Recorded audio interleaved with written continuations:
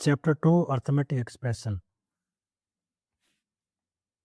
ये एक अच्छा चैप्टर कहूँगा इसको मैं। सिंपल एक्सप्रेशन जो है वो यहाँ पे बताई गई है।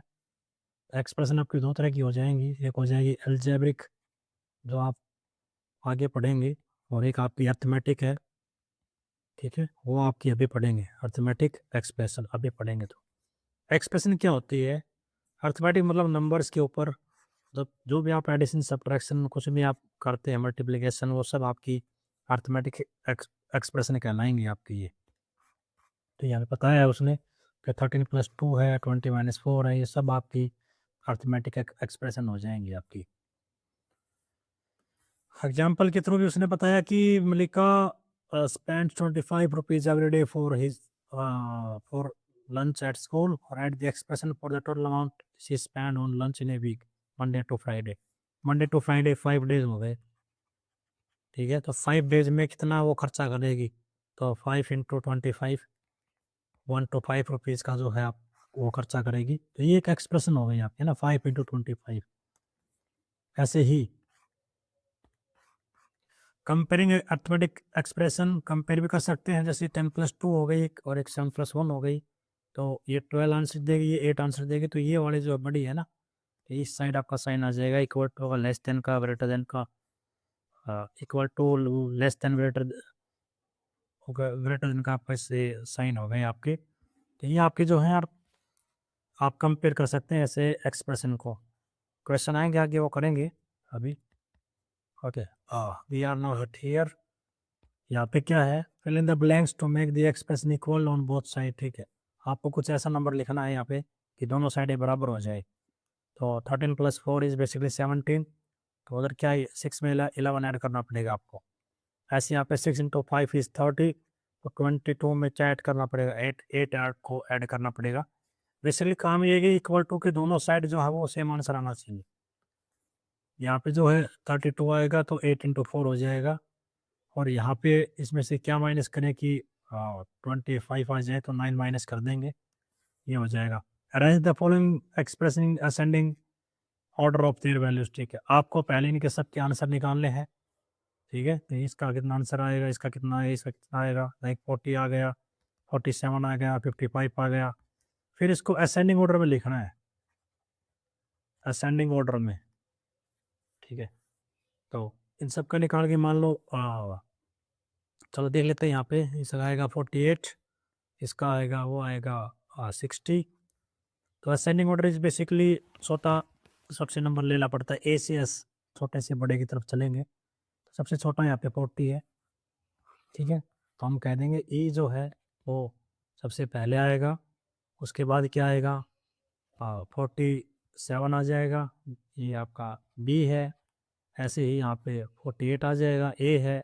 तो आप असेंडिंग ऑर्डर में ऐसे स्प्लिट चलेंगे, छोटा है बड़ा है, विच इज ग्रेटर, कौन सा बड़ा है। ये तो एक सिंपल, तो ये बहुत ही सिंपल से क्वेश्चन है, कौन सा बड़ा है, ये बड़ा है कि वो बड़ा है, ऐड करके देख लेंगे उसको। तो ऐसे ही यहाँ पे कौन सा छोटा है, कौन सा बड़ा है, माइनस कर दिया तो माइनस कर लेंगे और देख लेंगे साइड कौन सी छोटी है। ये बहुत ही सिंपल, बहुत ही लो लेवल के क्वेश्चन मैं कहूँगा ये दे रखे हैं यहाँ पे ना। हम लोग 7th में, और you are doing addition and subtraction. Okay, use greater than, less than और इक्वल टू, ये साइन यूज करने हैं। तो आप इनका आंसर निकाल लेंगे, इसका एडिशन करके आंसर निकाल लो, और कौन सा साइन आएगा वो देख लो आप। अगर इक्वल है दोनों तो इक्वल लगा देंगे, और अगर यहाँ पे हम लोग ये साइड बड़ी है तो ये लगा देंगे, ये मुँह खोल देंगे उसी साइड। ये मुँह तो बड़े की साइड ही खोलता है, जो भी नंबर बड़ा होगा ना उसी की साइड ही मुँह खुलेगा ये सारे टेबल आप फिल कर लेंगे, ऐसे सिंपल है। ओके, एग्जाम्पल नंबर 4, वो जो है आप थ्योरी पढ़ लेंगे, ऐसी दे रखी है वो भी। एग्जाम्पल नंबर 4 है, Malesh brought 30 marbles to the playground, ठीक है। तो मलेश लेके आया है 30 मार्बल, और अरुण जो है 5 बैग, हर एक में 4 मार्बल है, यानी आप एक बैग में 4 मार्बल है तो 5 बैग में 20 मार्बल हो जाएंगे उसके पास। तो ये कौन था? ये अरुण था। तो क्या कहता है कि how many marbles did Malesh and Arun bring to the playground? 50 लेके आए थे बस। यहाँ पे वो ये बता रखे हैं, 5 इंटू 4 20 हो जाएगा, प्लस 30 है, 50 मार्बल लेके आया था वो। अगले पेज पे चलता हूँ मैं, तो इसमें फिर से एग्जाम्पल आ गए। ठीक है, तो ये आप एग्जाम्पल एक दो आप खुद से भी कर लेंगे। ये अच्छे क्वेश्चन है, ये अच्छे से करना है इनको, एग्जाम्पल को। एक दो आपके लिए छोड़ रहा हूँ मैं, क्योंकि सारे अगर मैं करवाऊंगा तो आप प्रैक्टिस क्या करेंगे फिर उसमें। टर्म्स इन द एक्सप्रेशन, ठीक है, ये भी देख लेते हैं। जैसे एक्सप्रेशन है आपकी, ये ध्यान रखना है कि जब मल्टीप्लाई में कोई नंबर हो जाते हैं तो वो एक ही टर्म कहलाती है मल्टीप्लाई के केस में, क्योंकि एक सिंगल आंसर आ जाएगा वहाँ पे 20। और यहाँ पे आप एक ही टर्म कहेंगे 5 × 4 को, तो ओके 30 + 5 × 4, ये आपका जो है ना क्या क्या टर्म्स हैं कि एक तो ये टर्म ये हो गई और एक ही मल्टीप्लाई वाली हो गई, कुल आपकी दो टर्म यहाँ पे हो गई हैं। तो ये और कुछ ज़्यादा है नहीं इसमें। ओके, प्रीवियस और ये देख लेते हैं, लाइक -18 एंड -3, हर टर्म का एक साइन होता है। 18 का साइन माइनस का है तो -18 एक टर्म हो गई, और 3 का साइन माइनस का है तो -3 एक टर्म हो गई। ऐसे ही 6 × 5 ये वन टर्म हो जाएगी, और 3 आपका एक वन टर्म हो जाएगी।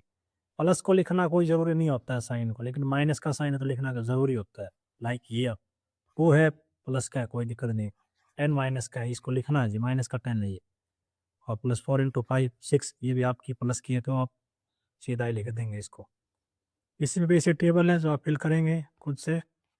एक तो करके दिखाया उसने कि एक्सप्रेशन है the sum of the terms, ठीक है, टर्म्स के बीच में प्लस का साइन डाल दिया उसने, और जो टर्म्स थी वो ब्रैकेट में सर्कल में ले लिए, लाइक 13 पर सर्कल में, -2 सर्कल में, 6 सर्कल में, सबके बीच में प्लस का साइन है। तो टर्म क्या क्या है, 13 है, -2 है, और 6 है, यहाँ आप लिख रखी। ये अब इसकी देख लेते हैं, तो 23 हो जाएगी, और एक हो जाएगी -2 × 4, और एक हो जाएगी 16। टर्म क्या क्या आई, 23 आई पहले, तो -2 × 4 आई दूसरी टर्म, और 16 आई तीसरी टर्म। ऐसी टर्म्स आप थे, तो ये टेबल आप फिल कर लेंगे। ओके, और कुछ है तो देखते हैं नीचे इसमें। फिर वही आगे है, Madhu is flying a drone from the terrace the degree the drone go 6 metre up and then 4 metre down. पहले 6 मीटर अप गया तो टर्म आपकी 6 हो गई, डाउन आया तो माइनस की 4 टर्म हो गई, और एक्सप्रेशन बतानी है तो भाई प्लस करेंगे उसमें यूज हम, ठीक है। और तो आंसर क्या आएगा, 6 - 4 इज बेसिकली 2। तो 2 मीटर जो है वो हाइट पे है अभी वो ड्रोन।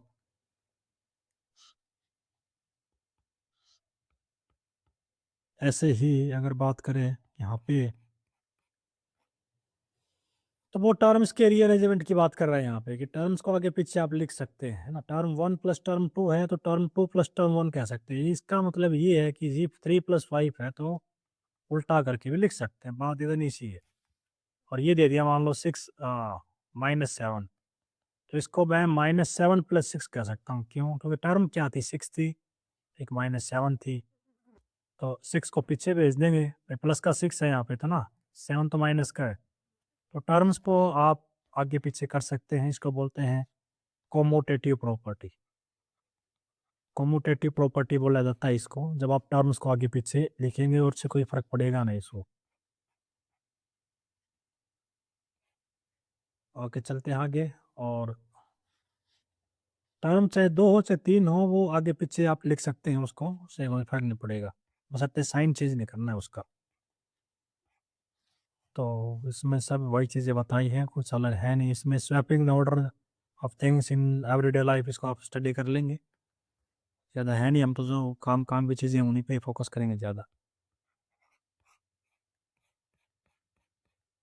ओके, आई थिंक आज के लिए इतना ही बहुत है। मिलते हैं अगली वीडियो में। Thank you, subscribe, like.